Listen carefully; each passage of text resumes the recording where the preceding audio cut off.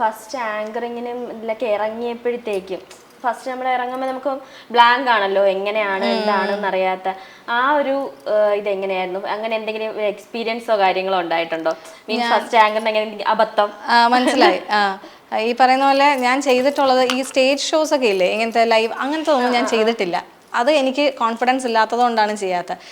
പിന്നെ അല്ലാണ്ട് ഈ സെലിബ്രിറ്റീസിനെ പോലത്തെ ഇൻ്റർവ്യൂസും പിന്നെ അല്ലാണ്ട് ഈ ന്യൂസിൻ്റെ പ്രോഗ്രാമാണ് ഞാൻ പറഞ്ഞില്ലേ, ഒരു ലൈവ് ഷോ ഒക്കെയാണ് ചെയ്യുന്നത്. അപ്പം ആ ഒരു വീക്കിലെ തന്നെ വാർത്തകൾ വാരാന്ത്യം പ്രോഗ്രാമായിട്ട് എൻഡ് ഓഫ് ദ വീക്ക് ഒരു ദിവസം അത് ടെലികാസ്റ്റ് ചെയ്യും. അപ്പം അങ്ങനത്തെ ഷോസാണ് ഞാൻ അധികവും ചെയ്തിട്ടുള്ളത്. അപ്പോൾ ഒരുപാട് ഇങ്ങനെ വാചാലമായിട്ട് പറയേണ്ടിയ കാര്യങ്ങൾ ഞാൻ പുറകോട്ടാണ്. അതുകൊണ്ട് അങ്ങനെ ഞാൻ കമ്മിറ്റ് ചെയ്തിട്ടില്ല. അതുകൊണ്ട് തന്നെ അബദ്ധം പറ്റിയിട്ടില്ല. അബദ്ധം പറ്റുന്ന ഉറപ്പുള്ളതുകൊണ്ടാണ് ചെയ്യാത്തത്. അല്ല, അതാണ് ഞാൻ ചോദിച്ചത്. കാരണം ആങ്കറിങ് പെട്ടെന്ന് സ്ക്രിപ്റ്റഡ് അല്ലല്ലോ, പെട്ടെന്ന് അവര് പറയുന്നതിൽ നിന്ന് നമ്മൾ ചോദ്യങ്ങൾ ഉണ്ടാക്കി ചോദിക്കാന്നുള്ളത്. സേഫ് സോണിലാണ് പൊക്കോണ്ടിരിക്കുന്നത്. സേഫ് സോണിലാണ് ഡെഫിനറ്റ്ലി. റിസ്ക് എടുക്കില്ല. അല്ല, നമുക്ക് കോൺഫിഡൻസ് ഉള്ള ഒരു കാര്യം മാത്രമല്ലേ നമ്മൾ ചെയ്യുള്ളൂ. അപ്പൊ എന്നെ സംബന്ധിച്ചിടത്തോളം അതാണ്, എനിക്ക് നല്ല കോൺഫിഡൻ്റ് ആണ്. എനിക്കത് ചെയ്യാൻ പറ്റുമെന്ന് ഉറപ്പുണ്ടെങ്കിൽ മാത്രമേ ഞാൻ അതിലോട്ട് കയറത്തുള്ളൂ. അല്ല, കുറച്ചെങ്കിലും ഞാൻ ഓക്കെ എല്ലാം തോന്നി ഞാൻ പിന്നെ അതിലേക്ക് പോകത്തില്ല. ഓക്കെ, എന്തായിരുന്നാലും ഓൺ ആയപ്പോഴത്തേക്ക് നമുക്ക് കുറച്ച് ക്വസ്റ്റ്യൻസും കാര്യങ്ങളൊക്കെ ഞങ്ങൾ തയ്യാറാക്കിയിട്ടുണ്ട്. നോക്കാം. അപ്പൊ കുറച്ച് കുസൃതി ചോദ്യങ്ങളൊക്കെ ഉണ്ട്. ഇതിന്റെ ആൻസർ എനിക്കും അറിയില്ല. കണക്കിലുള്ള 2 ശരീരഭാഗങ്ങൾ, കണക്കിലുള്ളതാണ്, നമ്മളെ ശരീരഭാഗങ്ങളാണ്, എന്തൊക്കെയാണെന്ന് പറയാമോ? കണക്കിലുണ്ട്, മാത്സിലുണ്ട്. നമ്മളെ ശരീരഭാഗങ്ങളാണ്. കണക്കെന്ന് പറഞ്ഞ വാക്കായിരിക്കും, കണ്ണ് അല്ല അല്ലേ? കണക്കിലുള്ള 2 ശരീരഭാഗങ്ങൾ എന്ന് പറയുമ്പോ എന്താ പറയാൻ, കണക്കിലത് ഉപയോഗിക്കും. മാത്സ് ചെയ്യുമ്പോ പ്രോബ്ലംസ് ചെയ്യുമ്പോൾ നമ്മളത് യൂസ് ചെയ്യാറുണ്ട്. വലുതായിട്ട് ആലോചിക്കണ്ട, അത് ഇത് കഴിഞ്ഞ ശേഷം കൈകാര്യം ചെയ്യാം. ഉത്തരം പറ എന്താ? താഴേക്ക് വരണം കുറച്ച്. മീൻസ് എന്താ പറയാ, വലുതായിട്ട് ചിന്തിക്കണ്ട. മനസ്സിലായി. കാല്. കാലും ഒരെണ്ണം കൂടെ ഉണ്ട്.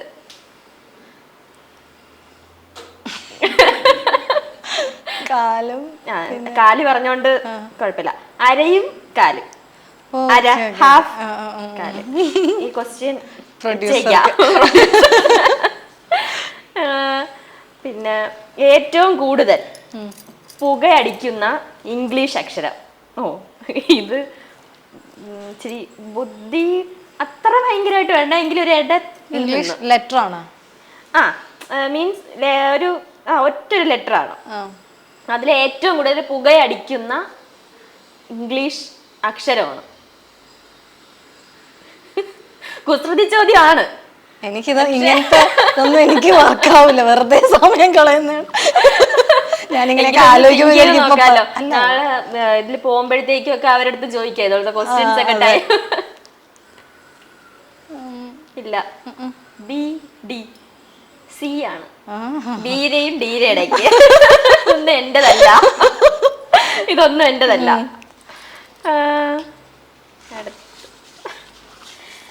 ഇത് എളുപ്പമായിരിക്കും. സഞ്ചിയിൽ പൂച്ച കയറിയാൽ എന്ത് പറയും? മീൻസ് ഇംഗ്ലീഷിലാണ് നമുക്ക് പറയാം, പക്ഷെ പൂച്ച പോയില്ലെങ്കിലോ. സഞ്ചിയിൽ പൂച്ച കയറിയാൽ എന്ത് പറയും? ഇംഗ്ലീഷിലാണ്, പക്ഷേ ആ രീതിയിൽ ആലോചിക്കല്, കുസൃതി രീതിയിൽ ആലോചിച്ചാ മതി. സഞ്ചിയില് പൂച്ച എന്നുള്ളതുണ്ട്. രണ്ടിന്റെ ഇംഗ്ലീഷ് എന്താണ്? കാറ്റ്. കവർ അല്ലാതെ ബാഗ്. അതും അല്ലാതെ ബാഗ് കവർ അതല്ലാതെ പാക്കറ്റ്. എന്താ പറയാ, ചോക്ലേറ്റിന്റെ കവർ.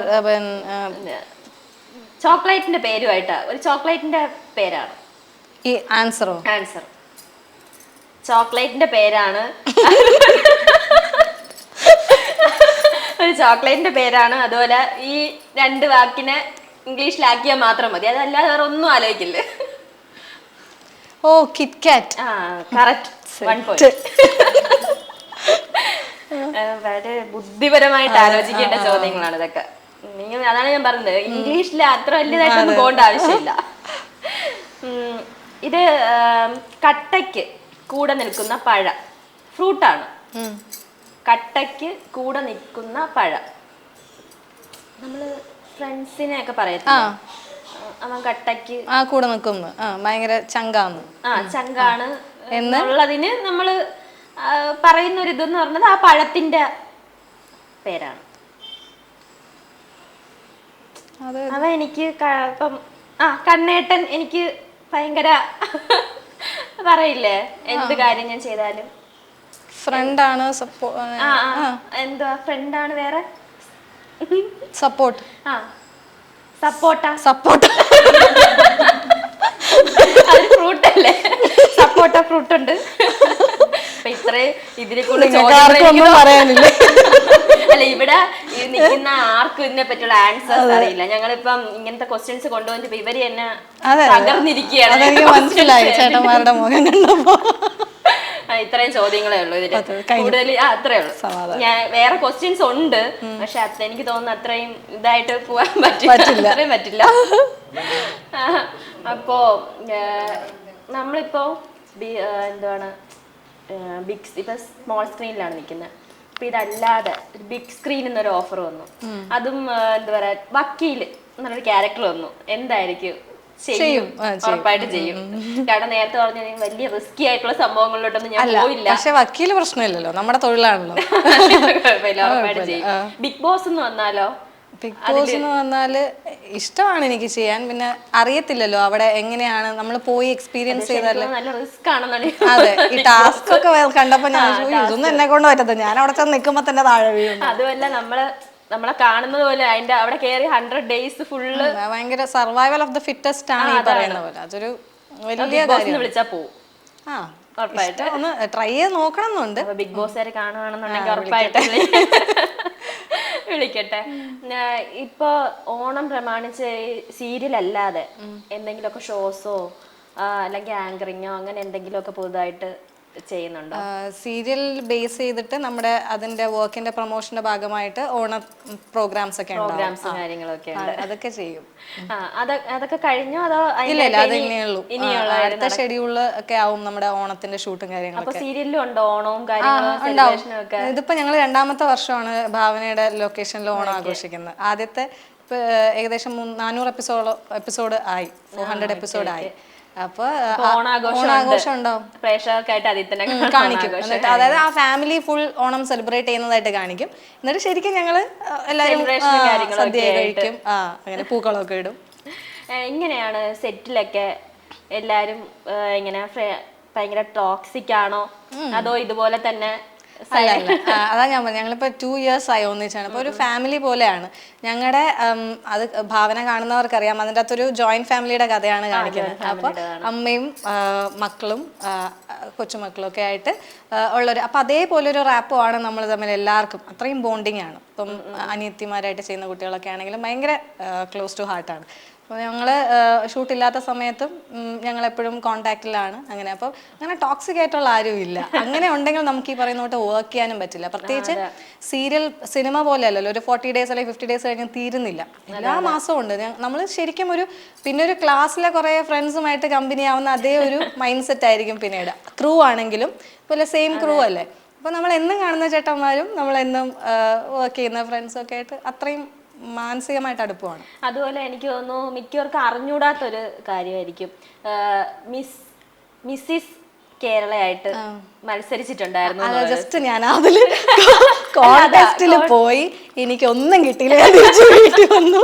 അതാണ്. എങ്ങനെയായിരുന്നു എക്സ്പീരിയൻസ്? എങ്ങനെയായിരുന്നു? മീൻസ് അതിൽ പാർട്ടിസിപ്പേറ്റ് ചെയ്യണം എന്നുള്ളൊരിത് കൊടുക്കുന്നത് പോലും മിക്കവരും വീട്ടിലിരുന്നിട്ടായിരുന്നാലും ഇപ്പൊ ബ്യൂട്ടി പാർലറിൽ പോയി, ഇപ്പൊ മിക്ക വീട്ടമ്മമാരുടെ ഒരു ഇതാണ് ബ്യൂട്ടി പാർലറിൽ പോയി ഒരുങ്ങുക. എല്ലാരും പോലെ ഭയങ്കര എന്താ ബ്യൂട്ടി കോൺഷ്യസ് ആണ് മിക്കവരും. പക്ഷെ എല്ലാവർക്കും ഒരു മടിയാണ്, നമുക്കൊക്കെ ഇത് പറ്റുമോ, അല്ലെങ്കിൽ ഭയങ്കര ബോഡി ഭയങ്കര ഷേപ്പ് ആയിരിക്കണം. അല്ല, സ്ത്രീകളുടെ മിക്കവരുടെയും പ്രശ്നം എന്നാണ് ഈ ഡെലിവറി കഴിഞ്ഞതിന് ശേഷം മിക്കവരുടെയും ഫുൾ ബോഡിയും ഫുള്ളായിട്ട് മാറ്റം കാര്യങ്ങളൊക്കെ സംഭവിക്കുന്നത്. അതുകൊണ്ട് എല്ലാവരും ബാക്കിൽ ഇരിക്കുന്ന ആളാണ്. അപ്പൊ എങ്ങനെയായിരുന്നു അതിലോട്ട്? എനിക്ക് തോന്നുന്നു കുഞ്ഞായതിനു ശേഷമാണ് തോന്നുന്നു അതില്. എങ്ങനെയായിരുന്നു? ഇതൊരു നമുക്കൊരു തെറ്റിദ്ധാരണയാണ്. ലൈക്ക് ഇപ്പൊ എന്താണ്, സ്ത്രീകൾ ഇപ്പം അവർ ബ്യൂട്ടി കോൺഷ്യസ് ആണ്, അവരത് അത് ശരിക്കും ചെയ്യണം. കാരണം നമുക്കതാണ് അതാ പറഞ്ഞത്. ഇപ്പോൾ നമ്മളിപ്പോൾ ഒരു സെലിബ്രിറ്റി അല്ലെങ്കിൽ ഒരു ഈ ഒരു ഫീൽഡിൽ നിന്നാൽ മാത്രം നമ്മൾ നമ്മുടെ സൗന്ദര്യത്തെക്കുറിച്ച് കൺസേൺഡ് ആവണം എന്നില്ല.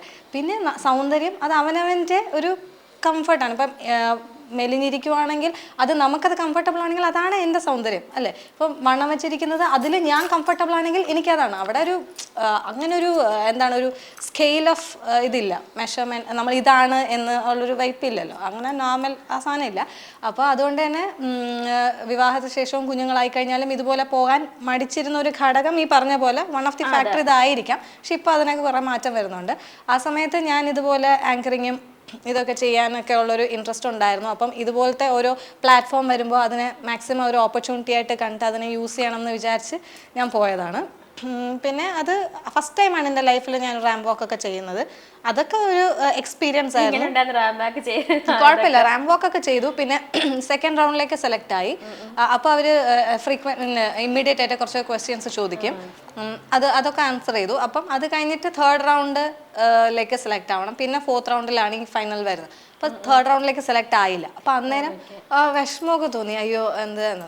പിന്നെ എനിക്ക് ഞാൻ ഇതേവരെ ഒന്നും ചെയ്തിട്ടില്ല. ഫസ്റ്റ് ടൈം പോകുന്നു, സെക്കൻഡ് റൗണ്ട് വരെ എത്തിയില്ലേ? ഫസ്റ്റ് ടൈം പോകുന്നു. എനിക്കത് ജസ്റ്റ് എക്സ്പീരിയൻസ് ചെയ്യണം എന്നേ ഉണ്ടായിരുന്നുള്ളൂ, എങ്ങനെയാണ് എന്നൊക്കെ ഉള്ളത്. പിന്നെ ഈ പേജൻസിനോടൊന്നും അങ്ങനെ വലിയ വീണ്ടും അത് നോക്കിയിരുന്ന് പോകാൻ അങ്ങനെയുള്ളൊരു കോൺഫിഡൻസും ഇല്ല. ആ സമയത്ത് മിസ്സസ് കേരള എന്ന് പറഞ്ഞപ്പോൾ ഫാമിലി അത് കുഴപ്പമില്ലായിരുന്നു. മിസ്സസ് കേരള എന്ന് പറഞ്ഞപ്പോൾ ആ ഒരു കോൺസെപ്റ്റിനോടും എനിക്ക് താല്പര്യം ഉണ്ടായിരുന്നു. അത് ആ സമയം ഇപ്പോഴാണ് കുറച്ചും കൂടെ കോമൺ ആയി വന്നത്. ആ സമയങ്ങളിൽ അത് ഭയങ്കര റെയർ ആയിരുന്നു. അപ്പോൾ ആ ഒരു കോൺസെപ്റ്റ് എനിക്ക് ഇഷ്ടപ്പെട്ടിട്ട് അങ്ങനെ അതിലേക്ക് പോയത്. ഓക്കെ, ചെറിയൊരു കളിയും കൂടെ ഉണ്ട്, അതൊക്കെ നോക്കാം എങ്ങനെയാണെന്നുള്ളത്. ഇപ്പൊ കുറച്ച് ഡയലോഗ്സ് ആണ്, സിനിമ ഡയലോഗ്സ് ആണ്. നമുക്ക് ചോദിച്ചു പോവാം. അപ്പൊ അതിന്റെ എന്താ സിനിമ ഏതാണെന്നുള്ളത് പറയാം. അയാൾക്ക് അത് എഴുതുകയാണ്. മോഹൻലാല്. അതൊക്കെ മുതലാളി ഒരു ചെറ്റയാണ്. നമ്മളെ മുതലാളി ഒരു ചെറ്റയാണ്. പഞ്ചാബി ഹൗസ്. അതൊക്കെ ഞങ്ങൾ സ്ഥിരം I am the sorry Aliya, I am the sorry. അയ്യോ, അത് സലീം കുമാർ പറയുന്നതല്ലേ? അത് ഏതിലാണ്? ദിലീപിന്റെ മനസ്സിലായി, മറ്റേത് തിളക്കം. കുസൃതി ചോദ്യത്തിന് പോയെങ്കിൽ ഇരുന്ന് നല്ല സ്കോർ നമ്മള് കാണുന്നതല്ലേ. തോന്നുന്നു ഇതല്ല, ഇതിനപ്പുറവും ചാടിക്കടന്നവനാണ് ഈ കെ ജോസഫ്. ഞാൻ പറഞ്ഞുതരാം, ഒരു മിനിറ്റ്. എനിക്ക് ഇന്നസെന്റ് പറഞ്ഞതാ. സിനിമയുടെ പേര് വിയറ്റ്നാം കോളനി. ഈ ക്വസ്റ്റ്യൻസ് വേണ്ടായിരുന്നു, വേറെ അല്ല മറ്റേതിൽ പോയത് ഞാൻ എതിലേലും സ്കോർ ചെയ്യണ്ടേ. ഓക്കെ, ഇപ്പൊ ശരിയാക്കി തരാം. ഇത് ഞാൻ നേരത്തെ ഇത് അയ്യോ സിനിമയുടെ പേര് ഒരു മിനിറ്റ്. കുതിരവട്ടം പപ്പ് പറയുന്നതാ. ആ പടത്തിന്റെ പേര് വരവേൽപ്പാണോ? അല്ല, വരവേൽപ്പല്ല. എനിക്കറിയാം, വെള്ളാനങ്ങളുടെ നാട്. എനിക്കറിഞ്ഞാൽ തന്നെ എനിക്ക് കൂടെ ഒരാളെ പോലെ 7 പേരുണ്ടാകും എന്നൊക്കെ പറയുന്നത് വെറുതെയാണ്. ചിറക്കൽ ശ്രീഹരിയുടെ പെണ്ണാണോ? ആണോ?